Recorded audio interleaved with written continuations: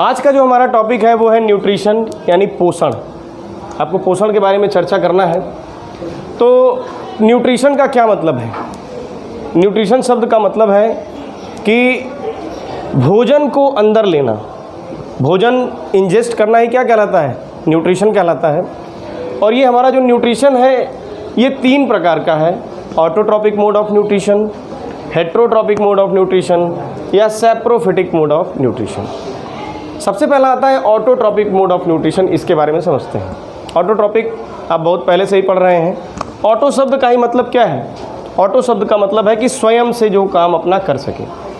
तो यदि कोई ऑर्गेनिज्म इस मामले में सक्षम हो कि वह स्वयं अपना भोजन बना पाए with the help of inorganic materials. आपने कहा कि सर हमारे घर में हमारी माता जी जो हैं वो क्या करती हैं कि अपना भोजन स्वयं बना लेती हैं, तो क्या वो ऑटोट्रॉपिक हैं? बिल्कुल गलत हो जाएगा। स्वयं जरूर बना लेती हैं, but she needs what? She needs raw material, she needs organic substances to prepare. But in the case of autotrophic mode of nutrition, only inorganic substances is capable enough to prepare the food material.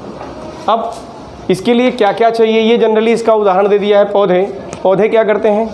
वायुमंडल से carbon dioxide लेंगे, ज़मीन से पानी लेंगे, साथ ही साथ पौधे की पत्तियों में क्लोरोफिल पाया जाएगा, पत्तियों में भी, स्टेम में भी पाया जा सकता है, और सनलाइट की सहायता से वो क्या करेंगे? अपना भोजन बनाएंगे। तो ये क्या है? ये 4 के चारों इनऑर्गेनिक सबस्टेंसेज हैं और इसकी सहायता से वो अपना भोजन बनाएंगे। क्लोरोफिल क्या है भाई? क्लोरोफिल एक पिगमेंट है जिसकी सहायता से फोटोसिंथेसिस होती है, और ये पिगमेंट पाया कहाँ जाता है? क्लोरोप्लास्ट नाम के सेल ऑर्गेनेल में। ठीक है, तो ये क्लोरोप्लास्ट जो होता है, इसे हमने 9th क्लास में भी पढ़ा है कि this is called as kitchen of cell. अपना भोजन यहीं पर पौधा बनाता है। आगे देखते हैं दूसरा mode of nutrition, heterotrophic mode of nutrition. Hetero शब्द का ही मतलब है दूसरों पर निर्भर होगा। तो एक ऐसा मोड ऑफ न्यूट्रिशन जिसमें ऑर्गेनिज्म क्या होगा? स्वयं हो सकता है भोजन बना ले, but with the help of inorganic substance वह स्वयं भोजन नहीं बना सकता। तो इसके लिए इनऑर्गेनिक सबस्टेंसेस के लिए वो किस पर निर्भर है? किसी दूसरे पर निर्भर है। इसलिए इसका नाम क्या दिया उसने? Heterotrophic mode of nutrition. Heterotrophic mode of nutrition के लिए क्या चाहिए?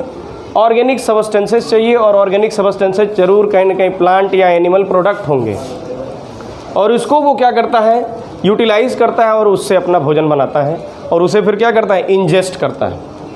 हेट्रोट्रॉपिक मोड ऑफ न्यूट्रिशन में ऑर्गेनिज्म क्या करता है कि जो भी भोजन प्रिपेयर किया वो बाहर क्या है? कॉम्प्लेक्स फूड मटीरियल के फॉर्म में है, और वो कॉम्प्लेक्स फूड मटेरियल को सबसे पहले वो क्या करता है? इंजेस्ट करता है, और जब वो इंजेस्ट हो जाता है तो उसे inside the body simpler form में ब्रेक डाउन करता है, और इस ब्रेक डाउन की प्रोसेस में कैटलिस्ट का भी इस्तेमाल करता है।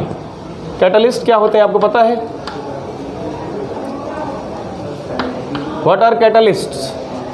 Catalysts are the substances which either increases or decreases the rate of reaction without being part of the reaction। यानी रिएक्शन का हिस्सा बने बिना उसने क्या कर दिया? रिएक्शन को तेज या धीमे कर दिया। अगर वो तेज कर देता है तो पॉजिटिव कैटलिस्ट, धीमे कर दे रहा है तो क्या है? Negative catalyst. तो जनरली जो कैटलिस्ट होते हैं यहाँ पर रिएक्शन की रफ्तार को तेज करने के लिए टर्म यूज़ किया जाता है। तो ये क्या कर देता है कि जो डाइजेशन यानी ब्रेक डाउन की जो प्रोसेस है, इनको ये कैटलिस्ट क्या कर देते हैं? तेज कर देते हैं। जैसे प्रोटीएज, ये क्या करेगा? प्रोटीन के ब्रेक डाउन को तेजी से कर देगा। ये क्या है? प्रोटीएज कैटलिस्ट है। बायोलॉजिकल मटेरियल है, बायोलॉजी हमारे शरीर के अंदर है, तो उसका नाम बायोलॉजिकल कैटलिस्ट हो जाएगा। कभी हम केमिस्ट्री में पढ़ते हैं तो उसका नाम केमिकल कैटलिस्ट हो जाएगा। ठीक है, ये हो गया कैटलिस्ट के बारे में। अब जो हमारा कॉम्प्लेक्स फूड मटेरियल है, या तो वो कार्बोहाइड्रेट के फॉर्म में हो सकता है, या प्रोटीन के फॉर्म में हो सकता है, या फैट के फॉर्म में हो सकता है, वो जाएगा तो टूट जाएगा सिंपलर फॉर्म में। जैसे कि किस में?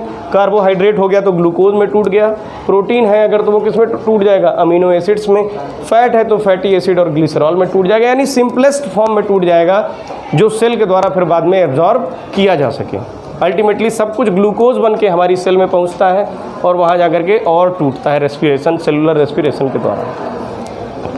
आगे बढ़ते हैं। तीसरा मोड ऑफ न्यूट्रिशन, ये भी काफ़ी इंपॉर्टेंट है, बोर्ड में इससे सवाल पूछे जा चुके हैं। सैप्रोफिटिक मोड ऑफ न्यूट्रिशन, हालांकि ये टर्म नहीं यूज़ किया गया था, वहाँ पर पूछा गया था कि फंजाई का मोड ऑफ न्यूट्रिशन कैसा है और वह कैसे भोजन को इंजेस्ट करता है, कैसे भोजन को लेता है। तो आप कहेंगे सर एक ऐसा मोड ऑफ न्यूट्रिशन जिसमें डेड या डीके मटेरियल्स यानी मरे हुए या सड़े हुए सामानों से जिसमें भोजन को एब्जॉर्ब किया जा रहा है, उसको सैप्रोफिटिक मोड ऑफ न्यूट्रिशन कहते हैं। ये इसके उदाहरण है यीस्ट, ब्रेड मोल्ड यानी जिसका दूसरा नाम है राइजोपस, और तीसरा है मशरूम।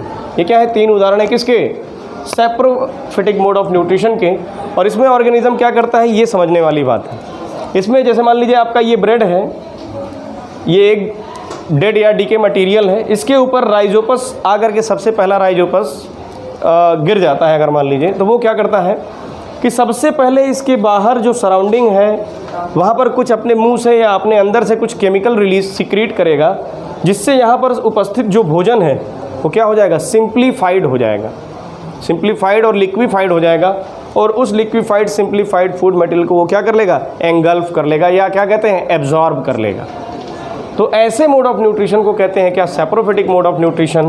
और ये जनरली आपको फंजाई में देखने को मिलेगा, चाहे मशरूम हो, चाहे यीस्ट हो, चाहे अस्टिलागो हो, चाहे इस तरह के कोई भी उदाहरण हो, वो क्या है? सैप्रोफिटिक मोड के उदाहरण हैं। धन्यवाद।